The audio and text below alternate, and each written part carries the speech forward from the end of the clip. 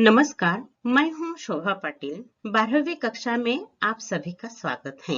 आज के इस वीडियो में हम एचएससी बोर्ड परीक्षा 2021 का कृति पत्रिका का प्रारूप तथा नमूना कृति पत्रिका मतलब प्रश्न पत्र और आदर्श उत्तर पत्र विभाग 5 का अध्ययन करने वाले हैं। देखिए, एचएससी बोर्ड हिंदी परीक्षा 2021 कुल अंक 100 हैं। लेखी परीक्षा 80 अंकों की है। मौखिक परीक्षा 20 अंकों की है। आज तक हमने 4 वीडियो देखे हैं। इसमें पहला वीडियो अ विभाग पर हुआ है। विभाग 1 20 अंक के लिए, विभाग 2 20 अंक के लिए, विभाग 3 10 अंक के लिए, विभाग 4 20 अंक के लिए और यह अंतिम 5वां विभाग है। यह हम 10 अंकों का व्याकरण का देखने वाले हैं। विभाग 5 व्याकरण है और 10 अंक के लिए है। इसमें बहुत सारे लोगों को शंकाएं हैं कि काल परिवर्तन में कितने काल हैं, अलंकार में कौन से अलंकार हैं, रस कौन कौन से हैं। इसलिए प्रारंभ में हमें व्याकरण 10 अंक के लिए 12वीं कक्षा में या 12वीं की बोर्ड परीक्षा के लिए क्या क्या अध्ययन करना है, ये पहले हमें देखना होगा। देखिए, काल परिवर्तन है। 3 काल हैं, भूतकाल, वर्तमान काल और भविष्यत काल। इन 3 कालों पर हमें 4 वाक्य पूछे जाने वाले हैं और इनमें से 2 अंक हमें हासिल करना है। हर एक काल पर एक एक वाक्य और एक काल पर और एक वाक्य आ जाएगा। हर वाक्य के उप प्रकार हैं। भूतकाल के हम 3 प्रकार देखने वाले हैं: सामान्य भूतकाल, अपूर्ण भूतकाल, पूर्ण भूतकाल। वर्तमान काल के 3 हैं: सामान्य वर्तमान काल, अपूर्ण वर्तमान काल और पूर्ण वर्तमान काल। भविष्य काल का एक ही प्रकार है, सामान्य भविष्य काल। सामान्य भविष्य काल भी कहा जाता है, भविष्यत काल भी इसे कहा जाता है। सही शब्द भविष्यत काल है, परंतु आपकी किताब में भविष्य काल दिया है, इसलिए यहाँ भविष्य काल लिया है। इस तरह यह पहले प्रकार में 3 उप प्रकार, दूसरे में 3 और तीसरा प्रकार है उसमें 1 प्रकार, यानी ये कुल 7 प्रकार हैं। इनमें से 4 प्रकार पूछे जाने वाले हैं और इनमें से 2 आपको सही लिखना है। अलंकार इस साल के लिए आपको अर्थालंकार है। पिछले साल आपने शब्दालंकार का अध्ययन किया है, इस साल अर्थालंकार है। अर्थालंकारों की संख्या बहुत है, परंतु आपकी किताब में ये 6 अलंकार दिए हैं: उपमा अलंकार, रूपक अलंकार, उत्प्रेक्षा अलंकार, अतिशयोक्ति अलंकार और दृष्टांत अलंकार। एक और महत्वपूर्ण बात भी यहाँ बताई है कि आपकी किताब में ये अलंकार के जो उदाहरण दिए हैं, हर एक अलंकार के प्रकार के 1 2 4 इस तरह उदाहरण दिए हैं, इनमें से ही आपको पूछे जाने वाले हैं। रस देखिए, श्रृंगार रस, रौद्र रस, विभत्स रस, अद्भुत रस, शांत रस और भक्ति रस। इस तरह ये 6 रस के प्रकार हैं, यह भी आपकी किताब में है और इसी उदाहरणों में से 4 उदाहरण आपको पूछे जाने वाले हैं और उनमें से 2 उदाहरणों का रस आपको पहचानना है। मुहावरे देखिए, मुहावरे गद्य पाठ पर पूछे जाते हैं। आपके पाठ के अंतिम पृष्ठों में भी दिया है, परंतु जो 4 पाठ हमने पढ़े हैं गद्य पाठ, उस पर जो मुहावरे हैं, पाठ के अंत में शब्दार्थ के नीचे जो मुहावरे आ गए हैं, इनमें से 2 पूछे जा सकते हैं और 2 पाठ पर आधारित पूछे जाते हैं। 4 पाठ पर 4 हैं।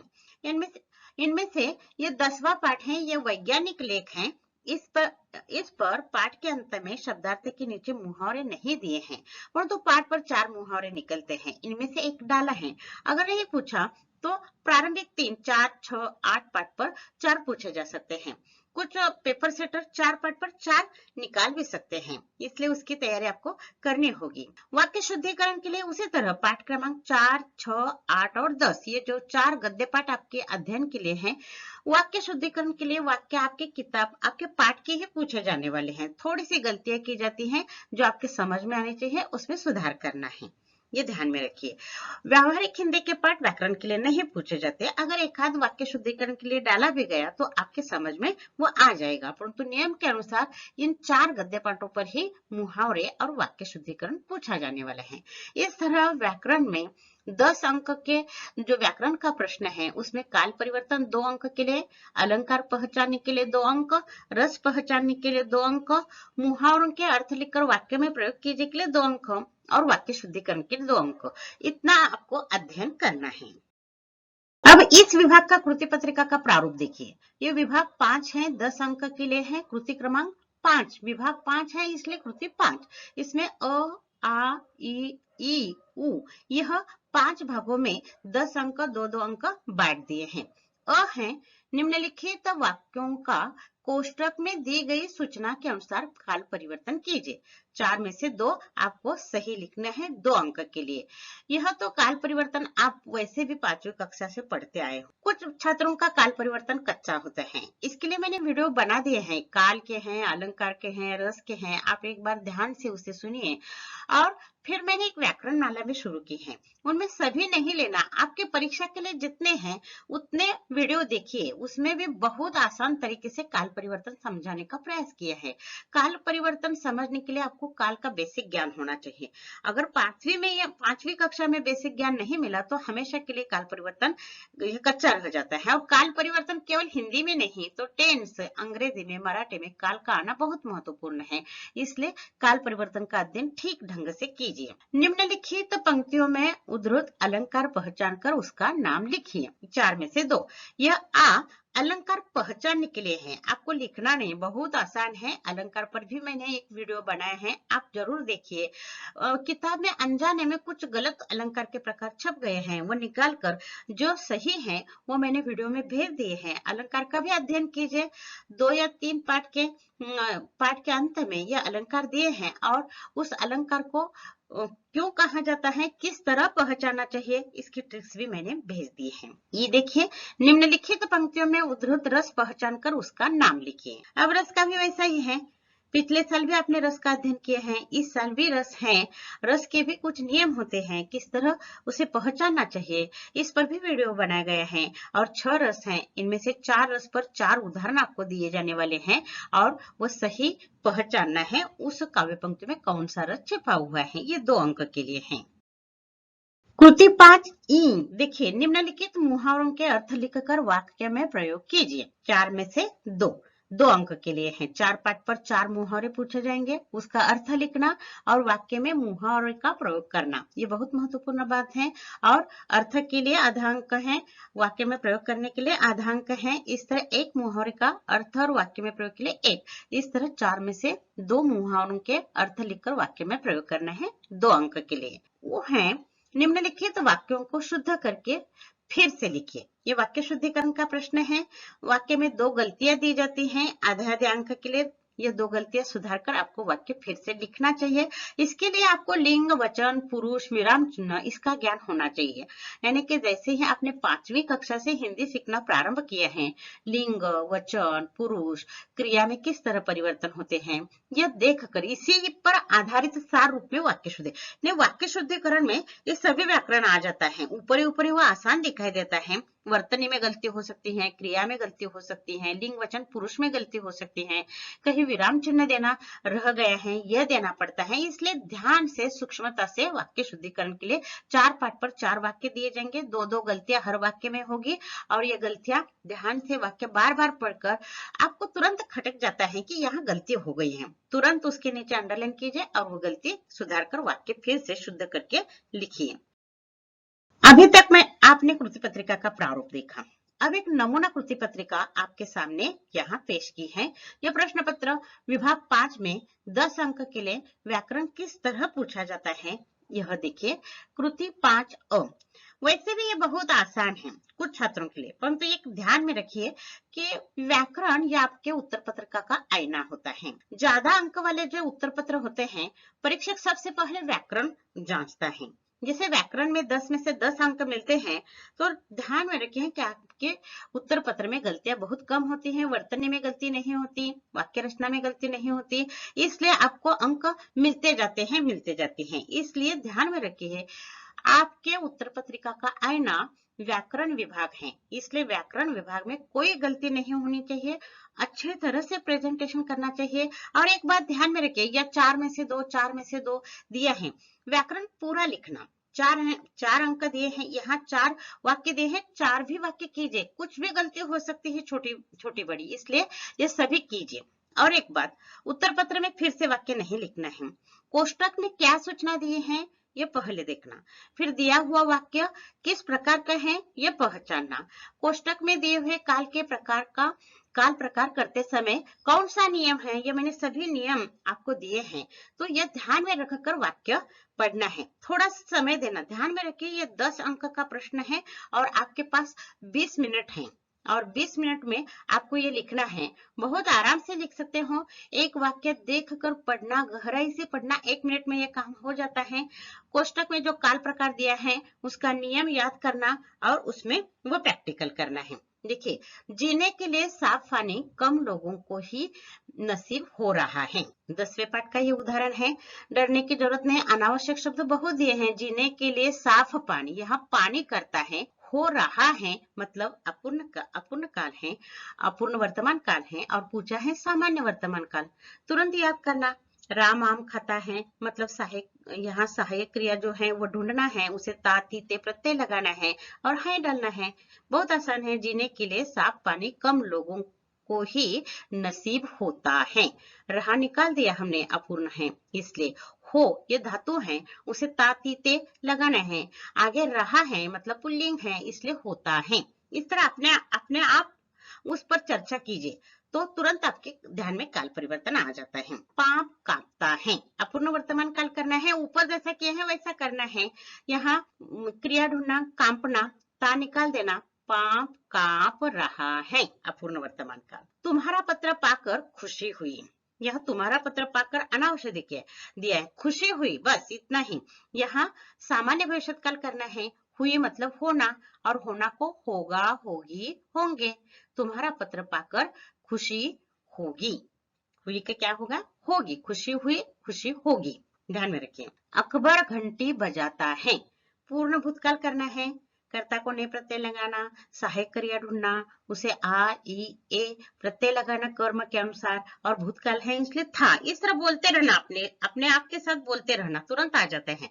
अकबर ने घंटी बजाई थी, यहाँ घंटी स्त्रीलिंगी है, पूर्ण भूतकाल करते समय कर्म के अनुसार क्रिया बदलती है इसलिए घंटी स्त्रीलिंगी होने के कारण आगे बजाई थी, क्योंकि अंत में भूतकाल है। बहुत सारे छात्र बहुत अच्छे ढंग से करते हैं, अकबर ने घंटी बजाई है ऐसे लिखते हैं, कर्ता को ने प्रत्यय लगाते हैं, घंटी के अनुसार क्रिया में परिवर्तन करते हैं, परंतु अंत में काल का रूप लिखने में गलती करते हैं, है लिखते हैं, परंतु कोष्टक में भूतकाल दिया है।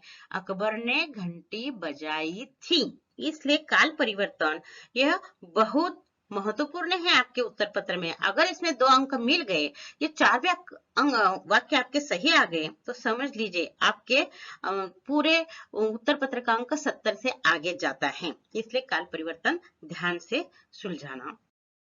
ये बहुत आसान है, फिर भी अलंकार पहचानने के लिए उदाहरण 4 देने चाहिए, इसलिए यहाँ दिए हैं। आपने अध्ययन किया होगा, हर पाठ के प्रारंभिक पाठ में ये अलंकार रस दिए हैं, किस तरह पहचानना है यह बताया है, कौन सा उदाहरण किस प्रकार का, यह भी आपकी तैयारी हो चुकी होगी। ध्यान में रखिए, पाठ के बाहर के कुछ भी नहीं आने वाला है, बहुत सीमित अध्ययन है आपका अलंकार का, इसलिए पाठ के 3 पाठ के अंत में ये आ गए हैं अलंकार, अच्छे तरह से उसे पहचाने, ये रटने की जरूरत नहीं है। ध्यान में रखिए कि अलंकार कौन कौन से हैं और अलंकार किसे, उस अलंकार की व्याख्या क्या है, किस तरह उसे पहचानना है, ये एक बार समझ लीजिए आपको याद आ जाए। और 4 उदाहरण है, 2 सही लिखना है। हाँ, हायर मेडिक के छात्रों के लिए 4 भी लिखना आवश्यक है। देखिए, हनुमंत की पूंछ में लग न पाई आई आग, लंका सगरी जल गई, गए निशाचर भाग। ये मध्यकालीन कविताओं के उदाहरण दिए जाते हैं। ये तो रामायण का प्रसंग है। हनुमंत की पूंछ को आग न लगी तो लंका पूरी जल गई और निशाचर मतलब राक्षस भाग गए, यानी यहाँ अतिशयोक्ति की है। हनुमंत की पूंछ को आग लग जाती है और पूरी लंका जल जाती है, इस पर आज के छात्रों को विश्वास नहीं बैठता, यह अतिशयोक्ति है ऐसा लगता है। अतिशयोक्ति मतलब क्या, बढ़ चढ़कर वर्णन किया है, ये मालूम होना चाहिए, तब उदाहरण आपके ध्यान में आ जाएगा। सोहत ओढ़े प्रीत पठ श्याम सलोने गात, मनो नीलमणि शैल पर आतप पर्यो प्रभात। ये उत्प्रेक्ष अलंकार का उदाहरण है। इन सभी अलंकारों में उत्प्रेक्ष अलंकार सही ढंग से पहचानने के लिए थोड़ी सी गलती होती है, ये ध्यान में रखिए। 4 उदाहरण दिए जाते हैं, इनमें से 2 बहुत आसान दिए जाते हैं सामान्य छात्रों के लिए, और तीसरा थोड़ा सा काठिन्य और चौथा बहुत कठिन दिया जाता है। यानी कि जो बुद्धिमान छात्र हैं उनके लिए चैलेंज, क्योंकि 2 लिखना है, सामान्य छात्रों को 2 अंक मिल जाते हैं, परंतु जो हायर मेरिट के छात्र हैं उनके चैलेंज के लिए यह उदाहरण दिया जाता है उत्प्रेक्षा अलंकार। चरण कमल सम कोमल, सम सो ये जो आ जाता है उस काव्य पंक्ति में उसे उपमा अलंकार कहा जाता है। उपमा दी है चरण कमल, मतलब पैर कैसे हैं, कमल के समान कोमल हैं, यह उपमा दी है। उधो मेरा हृदय तल था एक उद्यान न्यारा, शोभा देती अमित उसमें कल्पना क्यारिया भी। ये रूपक अलंकार का उदाहरण है। रूपक अलंकार किसे कहा जाता है ये मालूम होना चाहिए, और बाद में रूपक अलंकार के 5 उदाहरण है, देखिए आपके समझ में आ जाएगा। उसी तरह रस का है, देखिए कृति क्रमांक 5 ई, निम्नलिखित पंक्तियों में उद्धृत रस पहचान कर उसका नाम लिखिए 4 में से 2, और ये 2 पाठों पर रस के उदाहरण दिए हैं। दूसरे पाठ पर एक बात ध्यान में रखिए, यह निराला भाई पाठ के अंत पाठ के उस स्वाध्याय में ये रस दिए हैं कुछ रस के प्रकार, और वो पाठ अध्ययन के लिए नहीं है, इसलिए छात्र भूल जाते हैं उस स्वाध्याय की ओर देखने के लिए, परंतु यहाँ रस उस पाठ के अंतर्गत आ गए हैं, इसलिए यह देखिए ध्यान से और उसका अध्ययन वहाँ रस आ गए हैं, रौद्र रस, भीभत्स रस, ये उदाहरण निराला भाई पाठ के अंत में है। एक बार वह लिख कर लीजिए, अथवा रस का जो वीडियो है वह देखिए, उसी में भी सभी उदाहरण दिए हैं। देखिए 4 उदाहरण दिए हैं, इनमें से 2 आसान होते हैं और 2 थोड़े से कठिन होते हैं। इनमें से पहला बहुत आसान है, ये पूछा ही जाता है, क्योंकि हिंदी साहित्य में बिहारी का ये दोहा बहुत प्रसिद्ध है। श्रृंगार रस का एक उत्कृष्ट नमूना यह काव्य पंक्तियां हैं। कहत नठत रिझत खिजत मिलत खिलत लजियात, भरे भवन में करत है नयन ही सौ बात। ये मेरा पढ़ने का ढंग आपको अटपटा लगा होगा, परंतु यह पढ़ने में भी एक गति है और उसका अर्थ समझ लेने में भी एक गति है, इसलिए ये कहत नटत रिझत ये श्रृंगार रस का उदाहरण है। नायक नायिका के प्रेम आंखों ही आंखों से किस तरह प्रकट करते हैं, इसलिए इसे श्रृंगार रस का यह उदाहरण है, ये ध्यान में रखिए। श्री कृष्ण के वचन सुन अर्जुन क्रोध से जलने लगे, सब शोक अपना भूल कर करतल युगल मलने लगे। यह हमेशा ध्यान में रखिए, उसमें क्रोध शब्द आ गए हैं, मतलब क्रोध से रौद्र रस होता है, क्रोध से जलने लगता है, मतलब रौद्र रूप धारण करता है। अर्जुन का वह रौद्र रूप धारण होता है, इसलिए इस काव्य पंक्ति में रौद्र रस है। सुडक सुडक घाव से पिल्लू मवाद निकाल रहा है, नासिका से श्वेत पदार्थ निकाल रहा है। इसका अर्थ मैं यहाँ नहीं बताती, परंतु यह काव्य पंक्तियां पढ़ते समय भी आपका चेहरा टेढ़ा हुआ होगा, क्योंकि यह नासिका से श्वेत पदार्थ निकाल रहा है, यानी हमारा यह पढ़ते समय भी घृणा का भाव, तिरस्कार का भाव मन में निर्माण होता है, तो इसे भीभत्स रस ये प्रकार है। इसके भी 2 उदाहरण आपके किताब में निराला भाई पाठ के अंत में है, वो पढ़िए। अंतिम उदाहरण देखिए, यह उदाहरण है कृति क्रमांक 5 का ही चौथा उदाहरण है। समदर्शी है नाम तिहारो सोई पार करो, एक नदिया एक नार कहावत मैलो नीर भरो, एक लोहा पूजा में राखत एक घर बधिक परो, सो दुविधा पारस नहीं जानत कंचन करत खरो। आपके पूर्व ज्ञान पर यह मालूम है आपको, लोहे को पारस यह स्पर्श करने पर एक ऐसा पत्थर है कि वह लोहे को स्पर्श करते ही लोहे का कंचन मतलब सोने में परिवर्तन होता है। यहाँ उदाहरण दिया है कि एक भक्त ईश्वर को कह रहा है, जिस तरह नदी भेदभाव नहीं करती, यह पारस लोहे में परिवर्तन भेदभाव नहीं करता, यानी कि पूजा घर में भी लोहे की मूर्ति होती है, शिकारी के घर में भी लोहे का हथियार होता है, दोनों को स्पर्श करके सोने में बदल देता है। ठीक उसी तरह हे ईश्वर, आप सभी की भक्ति समान रूप से स्वीकारो, इसलिए यह भक्ति रस का उदाहरण है। और 2 ही उदाहरण दिए, बहुत सुंदर उदाहरण है। भक्ति रस एक नया रस है, प्रारंभ में ये नहीं था, शांत और भक्ति रस में यह आ गया है, इसलिए यह भक्ति रस का एक सुंदर उदाहरण है, इसलिए दिया है। मुहावरे के बारे में बताने की जरूरत नहीं है, पाठ पढ़ाते समय बहुत सारे मुहावरे आपको दिए हैं, पाठ के अंत में मुहावरे हैं, इनमें से ही 4 मुहावरे आने वाले हैं, कोई कठिनाई नहीं है। पहले छात्रों को 100 मुहावरे पढ़ना पड़ता था, अब आपको 4 पाठ पर बस 20 या 30 मुहावरे हैं, और वैसे भी स्वाध्याय में 4-4 मुहावरे दिए हैं, और इन्हीं में से मतलब शब्दार्थ के नीचे मुहावरे ये दिया है, इन्हीं में से 4 पूछे जाने वाले हैं, 4 पाठ पर 4 आने वाले हैं। अच्छी तरह से तैयारी कीजिए। धरती पर निगाह रखना, फलना फूलना, ये अंतिम पाठ 10वें पाठ का है। बिलक बिलक का रोना, विवश होना, इसमें भी 2 आसान दिए जाते हैं और 2 थोड़े से कठिन स्तर के दिए जाते हैं। आपको 2 ही लिखने हैं, अर्थ लिखकर वाक्य में प्रयोग करना है। यह महत्वपूर्ण कृति है। कृति क्रमांक 5 उ, निम्नलिखित वाक्यों को शुद्ध करके फिर से लिखिए, 4 में से 2 अंक के लिए। ये जो ऊपर 4 पाठ दिए हैं, 4 पाठ पर से आपके पाठ से ही यह वाक्य लिए गए हैं, इसलिए पाठ एक बार गद्य पाठ जो 4 हैं उन पाठों का गहराई से, सूक्ष्मता से पढ़िए, उन्हीं में से आने वाले हैं।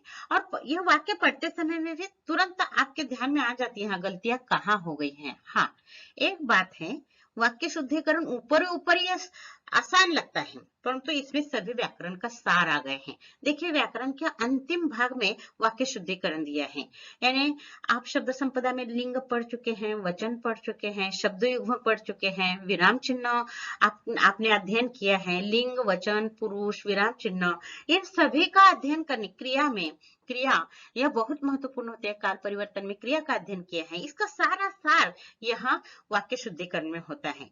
जैसे ऊपर ऊपर बहुत आसान लगता है, थोड़ा सा कठिन भी होता है, क्योंकि आपका सभी व्याकरण पक्का हो तो यहाँ कोई गलती नहीं होती है। हाँ, परंतु इसमें भी 4 वाक्य दिए हैं, 2 आसान होते हैं और 2 चैलेंजिंग होते हैं। देखिए, दोष अकेला रचना का है भी नहीं, यहाँ भी शब्द तुरंत खटक जाता है। ये भी ऐसा कैसे लिखा है? एक अक्षर का शब्द होता है वो हमेशा दीर्घ होता है, ये मराठी में भी आपने पढ़ा है, इसलिए भी आपको खटक जाता है। परंतु दूसरी गलती ध्यान में आने के लिए फिर एक बार ध्यान से देखना है, दोष अकेला रचना का है भी नहीं है। अकेला रचना नहीं होता, रचना स्त्रीलिंग शब्द है, इसलिए अकेली रचना ये विशेषण है, रचना अकेली यह होना चाहिए। ये जानने के लिए आपको विशेषण का ज्ञान होना चाहिए। रचना शब्द स्त्रीलिंग है या पुल्लिंग है, उसका विशेषण लिखते समय कैसा लिखना चाहिए। इस तरह वाक्य शुद्धिकरण बहुत आसान लगता है, परंतु उतना ही वो कठिन इसलिए कि पूरा व्याकरण का ज्ञान यहाँ होना चाहिए। वर्तमान युग विज्ञान और प्रौद्योगिकी के युग हैं। देखिए, वर्तमान युग एक वचन है, इसलिए के युग नहीं होता, का युग होता है, और गड़बड़ी में आपके ध्यान में ही नहीं आ जाता। वर्तमान युग विज्ञान और चाहिए, देखिए अ पर एक ही मात्रा दिया है, 2 मात्रे चाहिए, ये और नहीं है, और होना चाहिए, इसलिए यह एक गलती है। और आगे का होना चाहिए, क्योंकि युग एक ही है, प्रौद्योगिकी का युग है।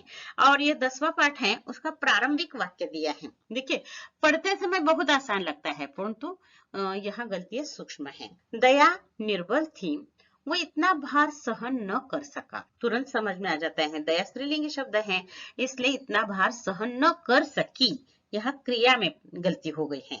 परंतु दूसरी गलती तुरंत ध्यान में नहीं आ जाती। दया निर्बल थी, यहाँ अल्पविराम होना चाहिए, वह इतना भार सहन न कर सकी, यानी आप अंग्रेजी में उसे स्वल्पविराम कहते हैं। दया निर्बल थी, यहाँ अल्पविराम होना चाहिए। आगे देखिए, पाक के लिए, यह लिए शब्द देखिए खटक जाता है, लिए यह चोट धीरे धीरे असह्य हो उठती है। देखिए, साल भर आप शब्द संपदा में आप शब्द युग्म का अध्ययन कर चुके हैं, धीरे धीरे शब्द कई बार आकर गए हैं, परंतु तुरंत ध्यान में नहीं आ जाता। इसके बीच हाइफन मतलब योजक चिन्ह नहीं दिया है, ये योजक चिन्ह देना चाहिए, यानी यह विराम चिन्ह की गलती है। और लिए शब्द में वर्तनी में गलती हो गई है। इस तरह लिंग, वचन, पुरुष, क्रिया, विशेषण, वर्तनी, अल्प विराम चिन्ह, इनमें गलतियां होती हैं। ये 4 वाक्य दिए जाते हैं, 2 सही लिखना है और 2 मार्क आपको लेना है। देखिए, यहाँ आदर्श उत्तर पत्रिका का एक नमूना तैयार किया है। आप सभी उत्तर लिखते हैं, जल्दी में होते हैं और ये अंतिम प्रश्न होता है। ये एक बात ध्यान में रखिए, कृति क्रमांक 5 अ, यह लिखते समय यह पंक्ति छोड़ देना अ वाली, क्योंकि काल परिवर्तन कीजिए, ये लिखने की जरूरत नहीं है, अ लिखना महत्वपूर्ण है। और उसके नीचे वाक्य लिखकर नहीं लेना है, केवल उत्तर लेना है। आपके सामने वह कोष्टक की सूचना है, वाक्य है, और कोष्टक की सूचना के अनुसार वाक्य परिवर्तन करके वाक्य लिखना है। उत्तर पत्र में फिर से वाक्य लिखकर लेने की जरूरत नहीं है, केवल उत्तर लिखना है। और उत्तर में जहां सुधार किया है वहां अंडरलाइन करना यानी अधोरेखांकित करना आवश्यक है। देखिए, जीने के लिए साफ पानी कम लोगों को ही नसीब होता है, क्योंकि सामान्य वर्तमान करने के लिए कहा है। पाप कांप रहा है, यह अपूर्ण वर्तमान काल करने के लिए कहा है। तुम्हारा पत्र पाकर खुशी होगी, यहाँ सामान्य भविष्यकाल है। अकबर ने घंटी बजाई थी, यह पूर्ण भूतकाल है। इस तरह सामान्य, अपूर्ण, पूर्ण ये तीनों प्रकार दिए जाते हैं और एक आध प्रकार यहाँ रिपीट किया जाता है। इस तरह 4 वाक्य दिए जाते हैं। आराम से 2 अंक के लिए 4 मिनट आपके पास हैं।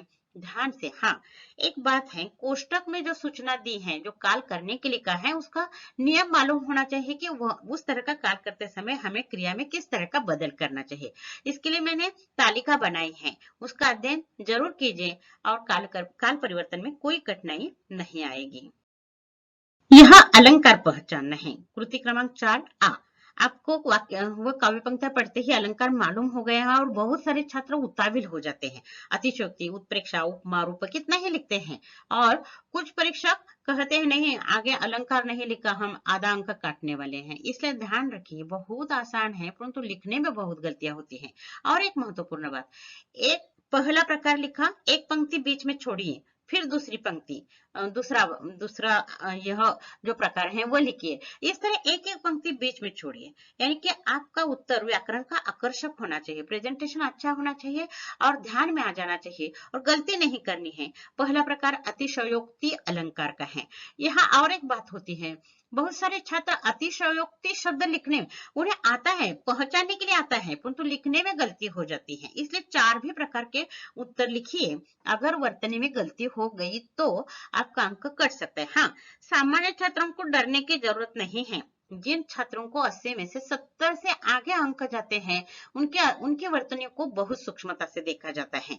इसलिए सभी छात्रों को मेरी वर्तनी में गलती होती है इसलिए मुझे अंक नहीं मिलने वाला, ऐसा नहीं है। सामान्य छात्रों को पहचानने के लिए आ गया है इसलिए अंक दिया जाता है। और हायर मेरिट के छात्रों को तुम्हें मालूम है परंतु तुम वर्तनी में गलती करते हो इसलिए उनका अंक कट जाता है। ये दोनों बातें ध्यान में रखिए, सभी के अंक नहीं कटते, परंतु एक बार लिख कर देखना। अतिशयोक्ति, उत्प्रेक्षा, बहुत सारे छात्र हैं जल्दी पढ़ते हैं और लिखते समय उन्हें कठिनाई हो जाती है कि उत्प्रेक्षा शब्द कैसा लिखना चाहिए। ये थोड़ी सी कठिनाई है, ये ध्यान में रखिए। पहला प्रकार हमने हनुमंत का उदाहरण देखा है, वह अतिशयोक्ति अलंकार है। दूसरे उदाहरण में श्री कृष्ण का वर्णन है, सावला रंग और पर्वत का रंग उत्प्रेक्षा अलंकार है। और चरण कमल यह उपमा अलंकार है। उद्धव का उदाहरण दिया है, वो रूपक अलंकार है। और उदाहरण बहुत कम है, आप आराम से उसका अध्ययन कीजिए और पहचानने के लिए वह अलंकार किसे कहा जाता है एक बार समझ लिए। उदाहरण समझ लेने के बाद आपको आराम से ये अलंकार पहचानने के लिए आ जाएंगे। और सभी अलंकारों के उदाहरण के उत्तर लिखिए। 2 पूछे हैं इसलिए 2 ही छात्र लिखते हैं, ऐसा मत कीजिए, गलती हो सकती है। इसलिए 4 भी प्रकार आपको पहचानने के लिए आ जाएंगे, इसलिए सभी लिख लीजिए। हाँ, सभी लिख लीजिए, ये कहा है इसलिए डरने की जरूरत। जिसे 2 ही आते हैं, अच्छा आगे नहीं आता है, ठीक है प्रयत्न कीजिए, गलत आ जाएगा परंतु 2 तो सही आ जाएंगे, इसलिए डरना नहीं। कृति 4 ई देखिए, ये रस पहचानना है। पहला उदाहरण कहत नटत श्रृंगार रस का है। अर्जुन का क्रोध मतलब रौद्र रूप है। और जखम का वर्णन किया है, वह विभत्स मतलब घृणा पैदा करने वाला वो वर्णन है, इसलिए वह विभत्स रस है। और अंत है समदर्शी का, ये भक्ति रस का उदाहरण है। ये सभी उदाहरण, उसका अर्थ, उसे किस तरह पहचाना चाहिए, ये सब कुछ वीडियो में भेज दिए हैं। आप एक बार रस का वीडियो देखिए, कोई कठिनाई नहीं आ जाएगी। और इसी तरह लिखना है। यहाँ फिर से काव्य पंक्तियां लिखने की जरूरत नहीं है। बहुत सारे छात्र काव्य पंक्तियां लिखने के लिए लेते हैं, वह मध्ययुगीन काव्य है, कठिन है लिखने के लिए और वर्तनी में गलती हो सकती है, समय जाता है। उत्तर पत्र मतलब उत्तर पत्र, रस पहचानना है तो केवल उत्तर आपको लिखना है। हाँ, कृति क्रमांक 5 ई, इसमें मुहावरा लिखकर लेना है, उसका आगे अर्थ लिखना है और वाक्य में प्रयोग करते समय मुहावरे का वाक्य में प्रयोग करना है। बहुत सारे छात्र गलती करते हैं, उत्तर पत्र है मुहावरा लिखने की जरूरत नहीं, तुरंत अर्थ लिखते हैं और गड़बड़ी में वाक्य में प्रयोग अर्थ का करते हैं। और अंक कट जाता है, इसलिए मुहावरे का अर्थ में प्रयोग करना, वाक्य में प्रयोग करना है। इसलिए मुहावरा लिखना, आगे उसका अर्थ लिखना और वाक्य में प्रयोग करके, मुहावरा वाक्य में प्रयोग करके उसके नीचे अधोरेखांकित करना, ये ध्यान में रखना। ये आकर्षक ढंग से एक एक पंक्ति बीच में छोड़कर, ये 4 मुहावरे हैं, 2 सही लिखिए, अगर समय मिला तो और भी 2 लिखिए, क्योंकि ये लेखन ज्यादा होता है। वाक्य में प्रयोग करने के लिए मैंने किताब के ही उदाहरण दिए हैं, तो ध्यान में रखिए, आपके अगर ध्यान में आ गया कोई बाहर का उदाहरण, वैसे भी अपने वाक्य में प्रयोग करना है। यहाँ इसलिए दिया है कि कौन से पाठ का है, ये समझ में आ जाए आपको, इसलिए मैंने यहाँ दिया है। देखिए, धरती पर निगाह रखना, वास्तविकता से जुड़े रहना।